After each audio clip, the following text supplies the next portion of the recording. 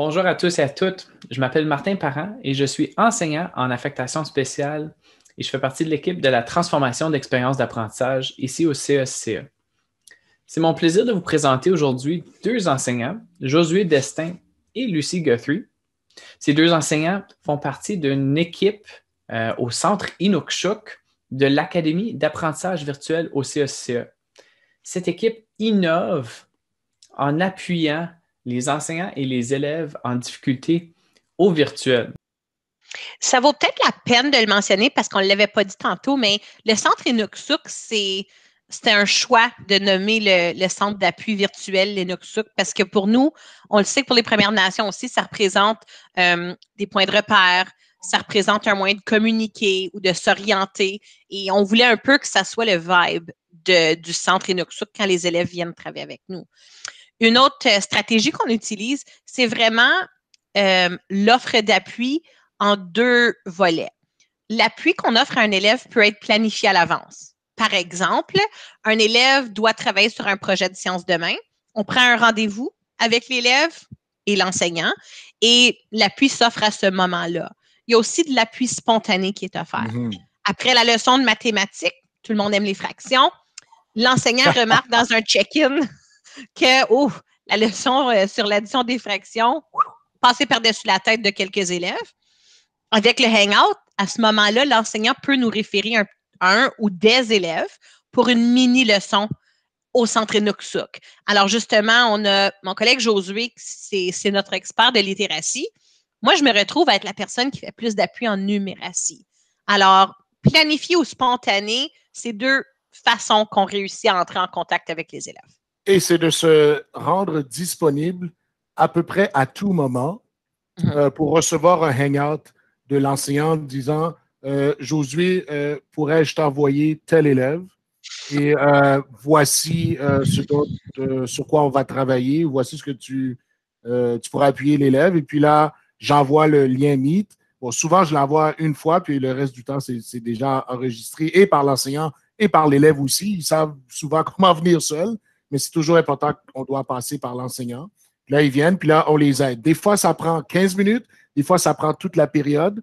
On fait très attention pour ne pas déborder dans la période qui suit, parce que là, l'élève manque de la matière dans sa période suivante. C'est vrai, on s'avance dans ce qu'on fait au niveau de l'appui, mais on ne veut pas non plus ralentir l'élève dans son autre cours qui est souvent une autre matière. Donc, c'est un peu comme ça qu'on le fait. On a des petites exceptions où est-ce que on n'est pas toujours disponible parce qu'on a des rencontres aussi avec des parents.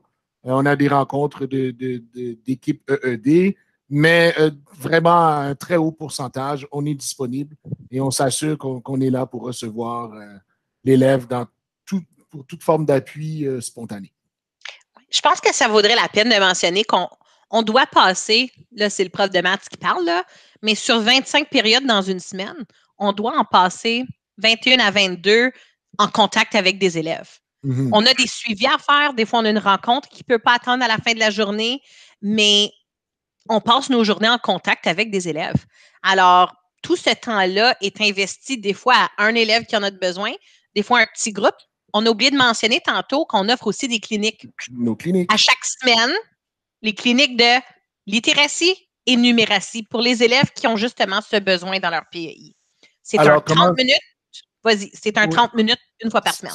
Oui, et puis pourquoi 30 minutes? Parce que les périodes asynchrones sont d'une heure. On ne veut justement pas prendre une heure de clinique, mais on veut prendre 30 minutes. Le premier 30 minutes est réservé aux 7e année. Le deuxième 30 minutes est réservé aux 8e année. Et dans notre cycle de 10 jours, à chaque jour, on a les diades. Des fois, c'est 3 groupes où est-ce qu'on reçoit nos élèves ayant des PEI pour faire des cliniques. Et lorsqu'ils viennent à la clinique, on leur donne toujours 3 options, si on veut.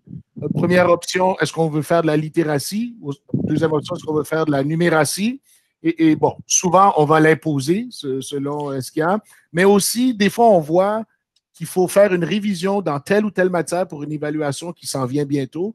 Donc là, la clinique est utilisée pour la révision. De là, la beauté d'avoir des élèves du même groupe ou de la même diade. Comme ça, on sait qu'ils ont les mêmes évaluations. Et puis, donc, c'est beaucoup plus facile de faire un appui dans une matière spécifique. Donc, c'est un peu ça, nos cliniques. Une fois par semaine, 30 minutes avec nos élèves. Justement, la clinique s'offre souvent comme étant une mini-leçon parce que l'élève en classe va voir des concepts. Nous, quand il nous arrive à la clinique, on prend peut-être une chose, un clou, et puis on tape dessus pour s'assurer que l'élève retourne en classe confiant. Alors, une clinique d'algèbre, ça peut ressembler à ceci. Oui, ça peut ressembler à ceci, une clinique d'algèbre avec 3-4 élèves, mais on leur envoie aussi des petits rappels le matin même parce que, écoute, ça s'oublie une clinique des fois, mais ils sont pas mal bons. Ceux qui viennent aiment ça. Et puis, ça augmente leur confiance. On voit, c'est une autre façon pour nous de développer un lien et un contact avec les élèves qui ont des PEI. Fantastique.